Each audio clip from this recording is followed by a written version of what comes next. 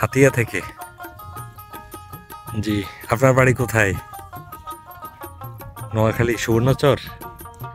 ও, তো ভালো আছেন? কয়জন আছেন আপনারা? একাই আছেন? ও, তা আপনার দেখলাম আপনাদের ভেড়া একটা এখানে মনে হয় অসুস্থ, মারা যাচ্ছে। আবার ওইদিকে দেখলাম একটা মারা গিয়েছে। এরকম কি, এটা কি কারণে হয় ভাই? অসুখ না? তো এখানে ট্রিটমেন্ট করার কোনো ব্যবস্থা নাই? নিজেরাই করেন?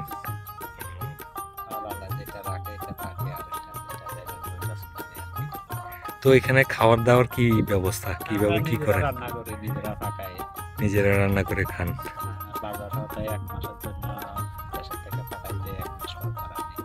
ও, এক মাসের জন্য খাবার পাঠায় দেয়।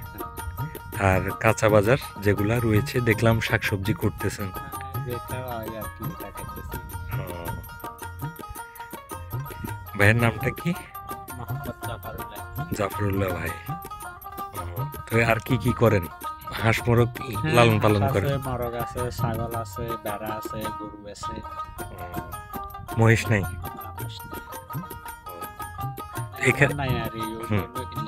এখানে কিল্লে আছে কয়টা? 5টা কিল্লে আছে। ধন্যবাদ ধন্যবাদ ভাই। তো একটু দেখাই, এগুলো ছাগলের বাচ্চা না? এগুলো কতদিন বয়স?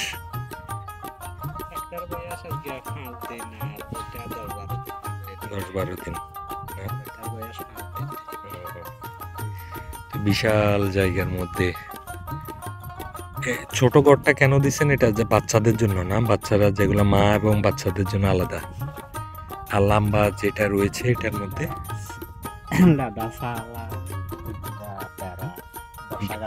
বর্ষাকালে রাখেন না? সুদিনে বাইরে থাকে। আর এই ঘরে আপনারা থাকেন? তো খাওয়ার পানির ব্যবস্থা কি? ডিপকল আছে? ডিপকল বসাই দিছে না? নেটওয়ার্ক কি সবসময় থাকে এখানে?